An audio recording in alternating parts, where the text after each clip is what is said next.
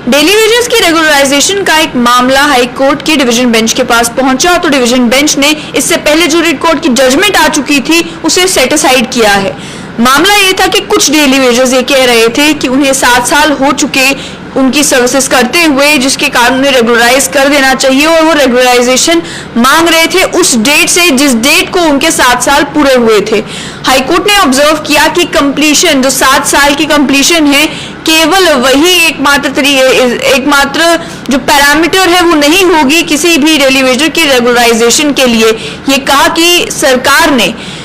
Regularisation इन daily wagers की थी 2009 से, लेकिन वो मांग रहे थे कि उन्हें रेट्रोस्पेक्टिव इफेक्ट दिया जाए, यानी कि जो डेली वेजर्स मार्च 1994 में लगाए गए थे 7 साल उन्हें अप्रैल 2001 में पूरे हो गए, तो वो ये कह रहे थे कि हमें 2009 में रेगुलाइज किया गया है, जो बाकी के 8 साल हैं उनके भी सर्विस बेनिफिट्स, उनके भी seniority benefits, promotion benefits, pensionary benefits उन्हें दिए जाएं। इसी पिटिशन को लेकर पहले उन्होंने एक कोर्ट को अप्रोच किया जिसमें उन्होंने कहा कि उन्हीं के एक कलीग रशीदा अख्तर को इसी तरीके से सरकार ने जो है वो बेनिफिट दिया था, उनको रेगुलराइज किया था। इसके चलते वो भी मांग रख रहे थे, उन्होंने सरकार को काफी सारी रिप्रेजेंटेशंस भी दी और ये मांग रखी कि उन्हें भी जो है रेट्रोस्पेक्टिव इफेक्ट दिया जाए जिससे उनकी रेगुलराइजेशन भी 2001 से गिनी जाए। रिट कोर्ट ने जो है वो अथॉरिटीज को डायरेक्शंस भी दी थी कि रेगुलराइजेशन जो है उस समय से की जाए जिस समय उनके 7 साल मुकम्मल हो चुके थे और 4 हफ्ते के अंदर अंदर उस एक्सरसाइज को कंप्लीट किया जाए। लेकिन रिट कोर्ट की वर्डिक्ट के बाद सरकार जो है उन्होंने इस जजमेंट को अपील किया डिवीजन बेंच के सामने और आज जम्मू कश्मीर लद्दाख हाई कोर्ट के डिवीजन बेंच जिसमें चीफ जस्टिस पंकज मित्तल और जस्टिस जावेद इकबाल वानी थे, उन्होंने रिट कोर्ट के इस वर्डिक्ट को सेटिसाइड किया है और अपील को अलाउ किया है और जो अग्रीव डेली वेजर्स हैं उनकी जो प्ली थी उसे डिसमिस भी कर दिया है। डिवीजन बेंच ने जो केस था उसे रेफर किया, यानी कि रशीदा अख्तर का जो मामला था, और उसमें कहा कि रशीदा अख्तर के मामले में कोई भी रिलैक्सेशन देने की जरूरत नहीं थी, ना ही उम्र के मामले में ना ही क्वालिफिकेशन के मामले में, जिसके चलते अथॉरिटीज ने उनका केस रेगुलराइजेशन के लिए कंसीडर किया। लेकिन दोनों केसेस में एक मेजर डिफरेंस यही है कि जो अग्रीव डेली वेजर्स हैं और जो रशीदा अख्तर हैं दोनों की सर्कमस्टांसेस डिफरेंट है और दोनों को एट पार नहीं कंसीडर किया जा सकता, क्योंकि unequals in law can not be treated as equals, ये डिवीजन बेंच ने रिकॉर्ड किया।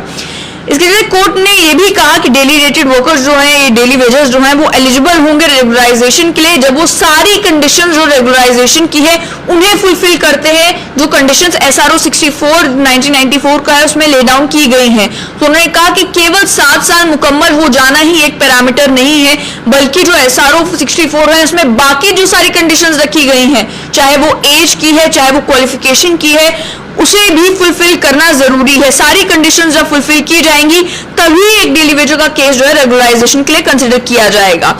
तो ये कहा डिवीजन बेंच ने कि जो कंप्लीशन है 7 साल की 7 साल कंटिन्यूस अगर आपकी सर्विस हो चुकी है तो आपको रेगुलराइज कर दिया जाए, ये काफी नहीं है। इसी के चलते जो रिट पिटिशनर्स हैं उनको लेकर ये कहा गया कि उनकी जो क्वालिफिकेशन थी और एज कंडीशंस थी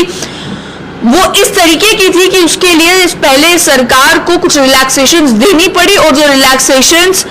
2009 का जो ऑर्डर था रेगुलराइजेशन का उसमें भी मेंशन की गई कि उनको रिलैक्सेशन देने के बाद ही उनकी रेगुलराइजेशन मुकम्मल हो सकी। इसके चलते उन्होंने कहा कि जब तक एलिजिबिलिटी कंप्लीट नहीं होती तब तक इन डेली वेजर्स को रेगुलराइज कैसे किया जाता। सरकार ने रिलैक्सेशन देकर इन्हें एलिजिबल बनाया 2009 में, तभी 2009 में इन्हें रेगुलराइज किया गया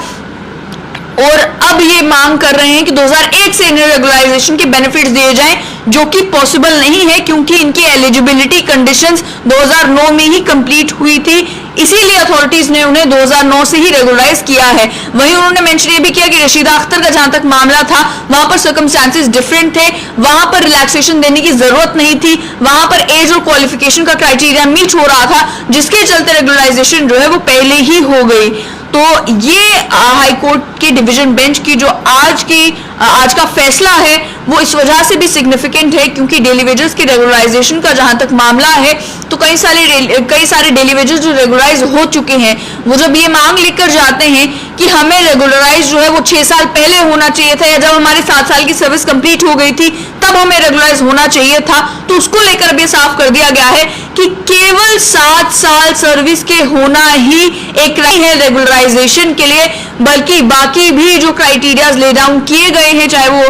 SRO 64 में ले डाउन किए गए हैं, या जो सरकार ने तय किए हैं क्राइटेरियाज कि रेगुलराइजेशन होने के लिए उम्र कितनी होनी चाहिए, क्वालिफिकेशन कितनी होनी चाहिए, या आपकी सर्विस कितने साल की होनी चाहिए, या आपके कितने मंथ रह जाने चाहिए, या बाकी जितने भी क्राइटेरियाज हैं, जब तक उन क्राइटेरियाज को फुलफिल नहीं किया जाता तब तक पहले तो रेगुलराइजेशन नहीं होगी, और दूसरी बात ये कि एक बार रेगुलराइजेशन हो जाती है तो ये डेली वेजेस मांग कर रहे थे कि उसे रेट्रोस्पेक्टिव इफेक्ट दिया जाए, यानी कि 2001 के जो बेनिफिट्स बनते हैं वो इन्हें दे दिए जाएं,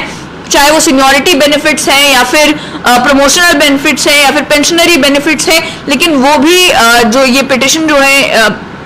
जब एंटरटेन की गई, सरकार की अपील एंटरटेन की गई, तो जाहिर सी बात है कि जो पिटिशनर्स थे, जो डेली वेजर्स थे, उनके पिटिशन को डिसमिस कर दिया गया।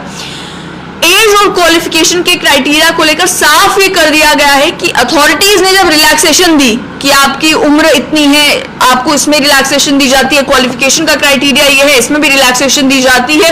तो क्राइटेरिया रिलैक्स करने के बाद जिन डेली वेजेस को रेगुलराइज किया गया वो ये मांग नहीं रख सकते कि हमारी जब 7 साल सर्विस पूरी हुई थी तभी के बेनिफिट्स हमें दिए जाएं। ये भी इस हाईकोर्ट के डिवीजन बेंच के आज के फैसले से साफ हो जाता है।